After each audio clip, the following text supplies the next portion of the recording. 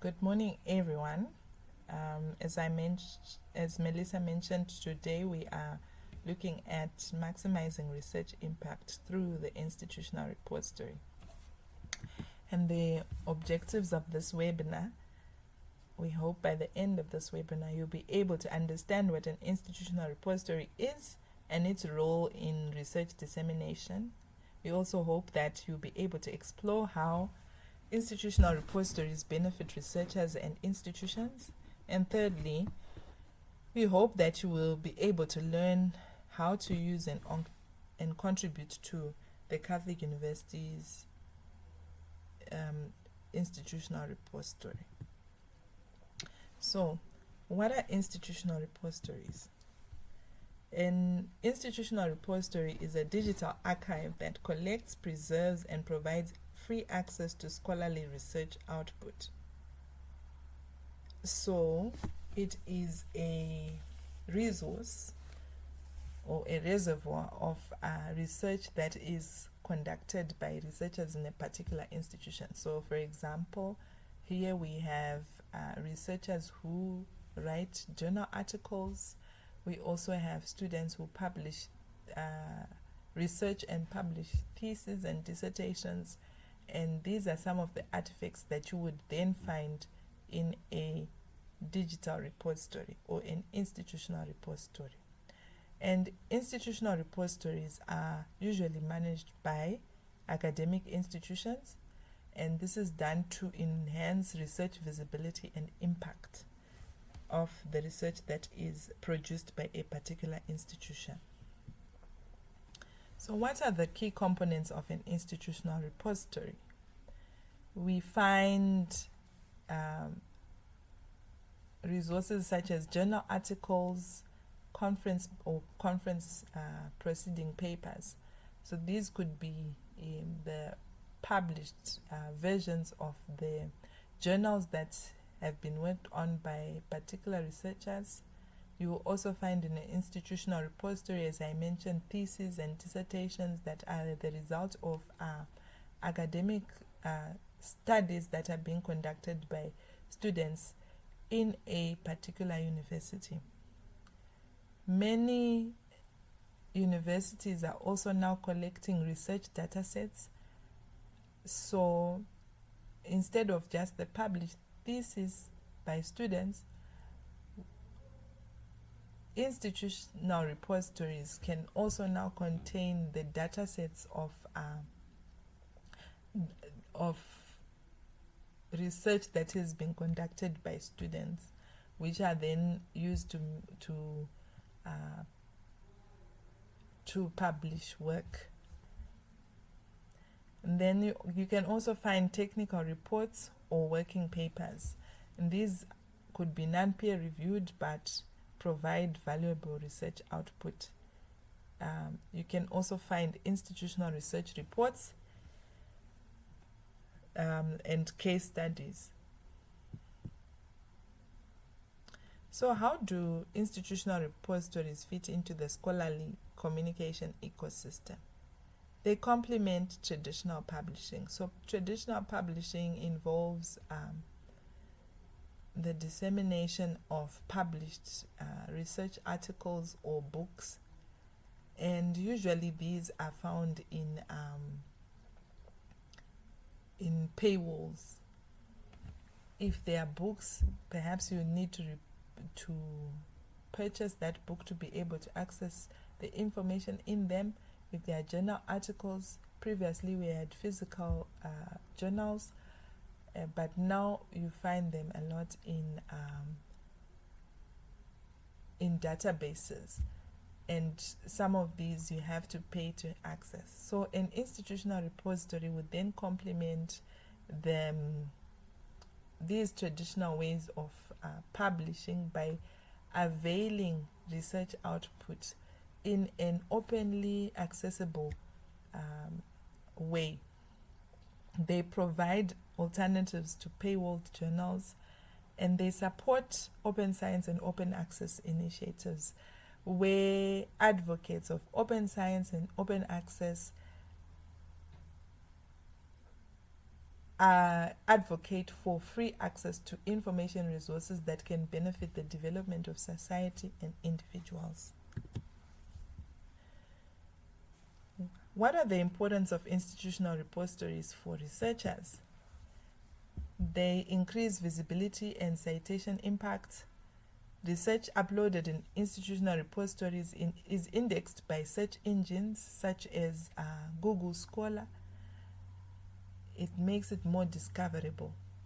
And open access studies show higher citation rates than paywalled research. This is because it's openly accessible.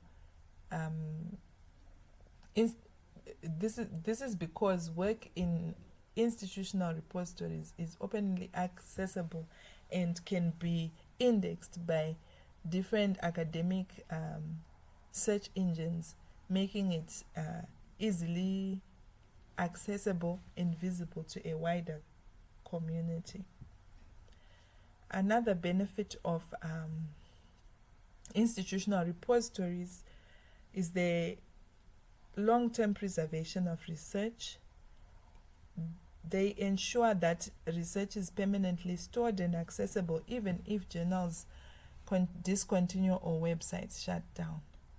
So, for example, if a journal closes or has to cease to exist for whatever reason, you can ensure that the research that has been done while it was alive is preserved for whoever might be interested later through an institutional repository. And institutional repositories follow best practices in digital preservation, enabling the longevity of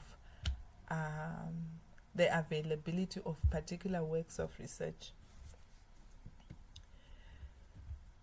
Institutional repositories also enable researchers to comply with various open access policies. So you find that many funders of research these days require that you make your work openly accessible, or you make your work open access. And for you to be able to comply with this, institutional repositories are one avenue you can do this, because by their nature, institutional repositories are open access. They are freely accessible, and you don't need to pay to be able to deposit your work in an institutional repository. So this enables you to comply with many open access policies or requirements from whoever you might be working with, be it people who give you grants, or will give you research grants, or your own institution may require you to make your work open access. Institutional repositories also support collaboration and networks. So if you have your work in an institutional repository, your work can easily be accessed by researchers from other institutions, and they can cite your work, which increases the impact of your work. It facilitates interdisciplinary research partnerships, so people from different disciplines, subject disciplines from yours, can actually have interest in your work, and this can result in partnerships. It also increases potential for partnerships and funding. So again, you can actually create grant applications which require interdisciplinary research, and you can actually identify people with similar interests to yours through institutional repositories. Institutional repositories showcase university and researcher achievements. An institutional repository provides a centralized platform for all research output, and this means that we don't need to go from department to department or faculty to faculty to find out what has been done in terms of research by a particular faculty or department, because it's there in a centralized location, and we are able to then extract that information. It can be used for grant applications, tenure reviews, and performance evaluations. Again, many grant applications will require you to list research work that you've done previously. Even tenure reviews, they also require such information, and also performance evaluations that are required by the institution may require you to then list your publications. And it's easy if you can find all this information in one place, and an institutional repository can do this. An institutional repository can give you statistics of publications by a particular institution, faculty, department, subject area, particular author, and so you'll be able to extract this information easily through an institutional repository. So moving on to the launch of our Catholic University of Zimbabwe institutional repository. This is how the landing interface of our institutional repository looks like currently. It then showcases the communities within the institutional repository, and these communities are made up of our faculties and departments within our faculties. And then within those departments, we then have various collections of journal articles, books, chapters in books, theses and dissertations, etc. So we'll be able to find our research output from one central location. And as you can see, you can also collect statistics from here. And to be able to access our institutional repository, if you go to our library website, library.cuz.ac.zw, you will see a tab that is written CUZ Research, and under it there is the CUZ eScholar. That is our institutional repository, and then you'll be able to navigate to this website. How do you submit publications to the CUZ repository? On that same tab, CUZ Research, there is also a link to our CUZ eScholar submission form, and you can complete this form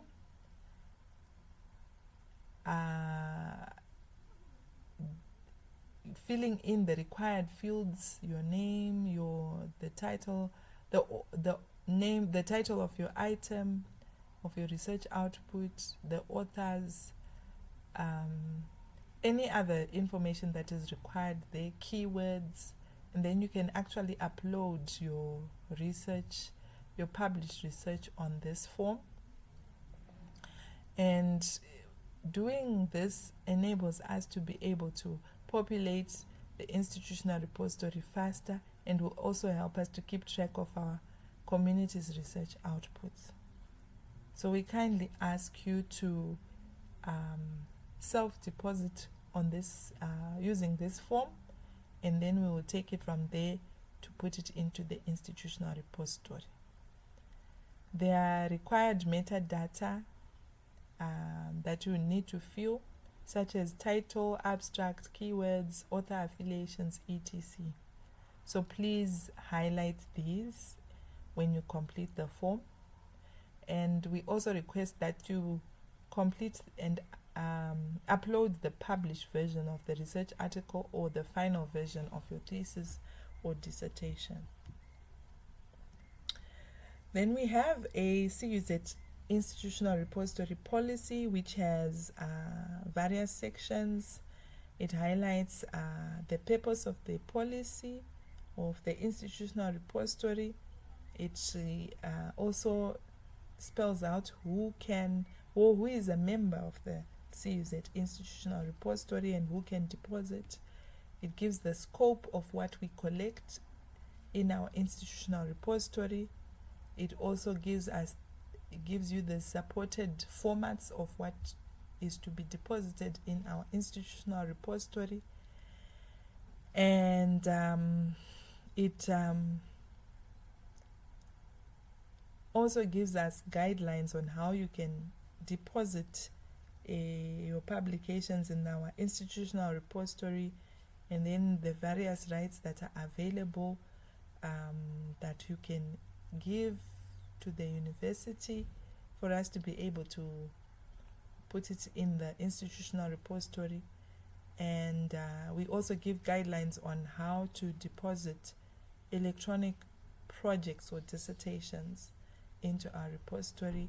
And then we also give a provision for how to withdraw any items that you may want to be removed from the repository. But generally, the idea is for us to collect whatever has been done during your tenure in the university in our repository. So how do you maximize your research visibility? Some important items are including your ORC ID. Melissa had a session with us a couple of months back about the importance of ORC IDs and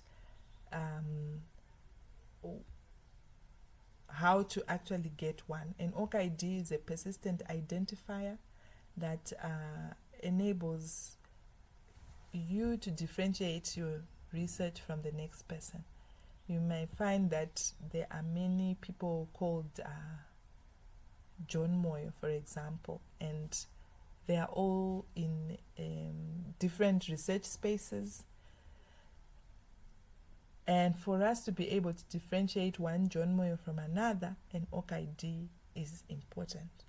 So an ORC ID is free to obtain. You can actually get it from orcid.org for free, and you can utilize this to maximize your research visibility and also for ownership of your research. And then also ensuring that your papers that you publish have digital objects of identifiers. This is also a persistent identifier, but is specific for research output. And then it's also important to highlight your institutional affiliation. Then another way to maximize your research visibility is to make sure that you use proper keywords and metadata for better discoverability. Okay.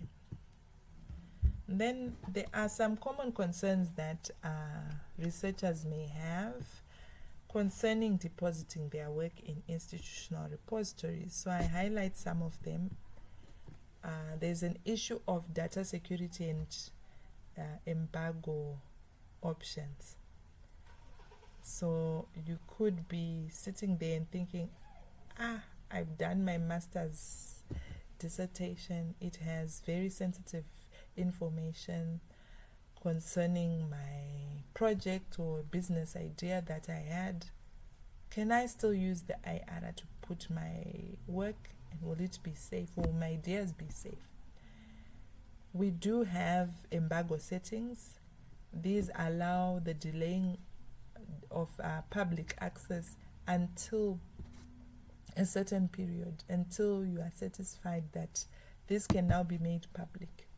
So it could also be a journal article where a publisher has restrictions about when you can deposit or make it public in an institutional repository. You can actually deposit with us and then tell us that the work is to be made public after 6 to 24 months or whatever period that is required. we restrict access. We can restrict access to allow only university visibility if needed, and we can also anonymize your data to ensure compliance with ethical research standards. There's also a concern about copyright and publisher policies. So you could be concerned about whether or not you are violating copyright if you upload your work. So the reality is that many publishers allow sharing of preprints and postprints in institutional repositories. You can use Sherpa Romeo to check if publishers or their self-archiving policies. You can use this tool, it's called Sherpa Romeo, and then check whether the particular journal publisher you've published with allows you to self-archive in an institutional repository. And then you can apply embargo periods, which I mentioned in the previous slide, where we then comply with the embargo periods that associated with a particular journal publisher. You can also use Creative Commons licenses to retain rights over your work. There are different types of Creative Commons license. I think we will have a session on the different types of Creative Commons licenses, which basically specify how you wish your work to be used or attributed. Then there's also a concern about plagiarism and academic integrity. So your concern could be, won't my work be plagiarized or misused if I place it in the CUZ institutional repository? What we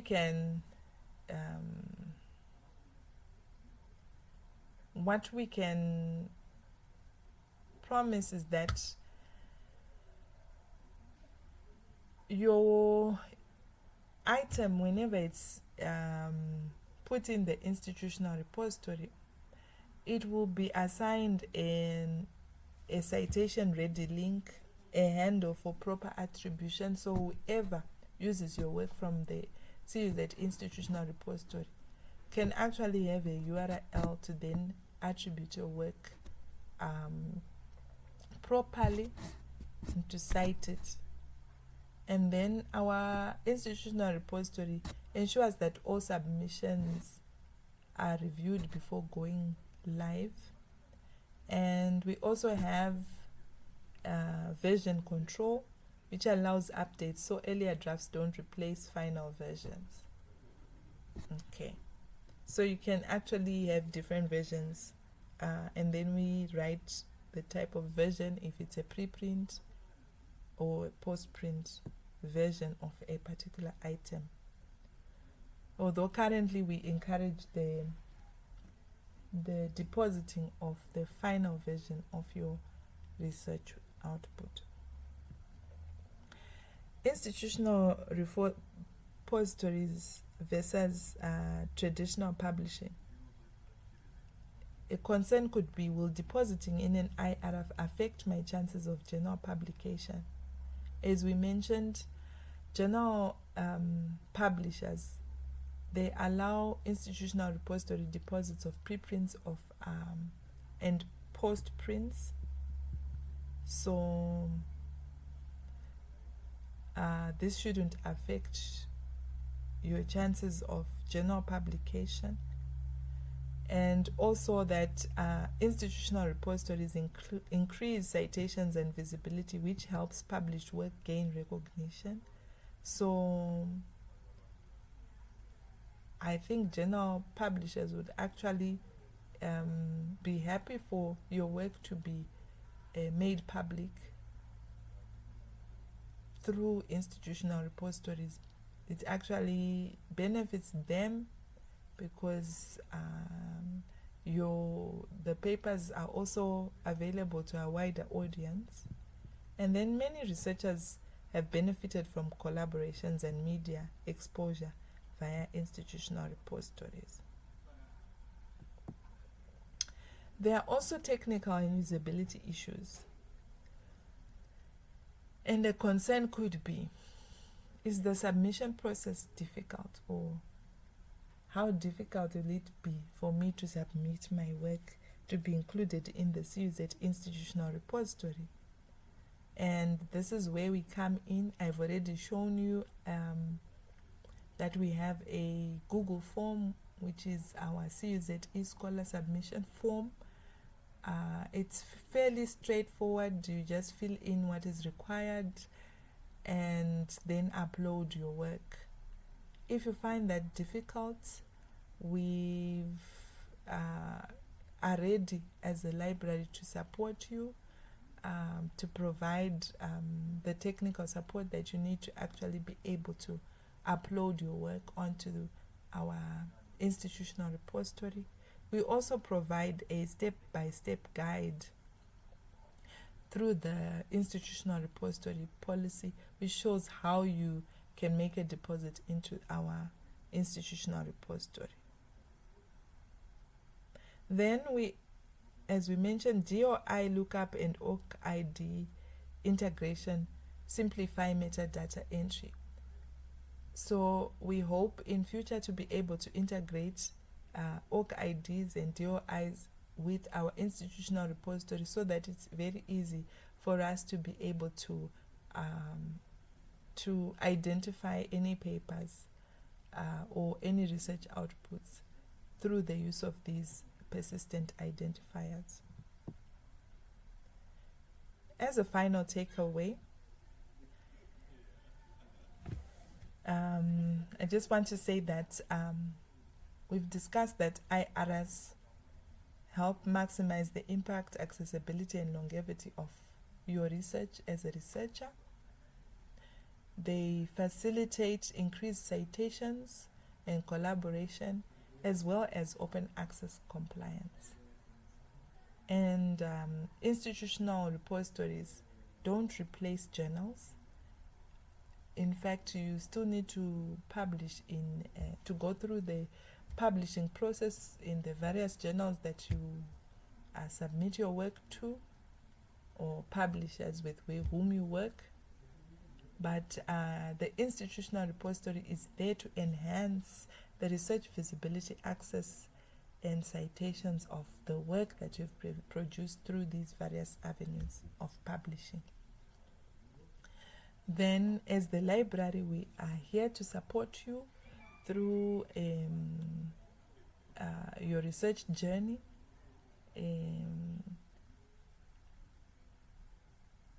In terms of the technical aspects of how to actually deposit the work into our institutional repository, we are here to support. And so my call really is for us all to deposit your research work with the CUZ library, with the CUZ institutional repository. And with this, I rest my case.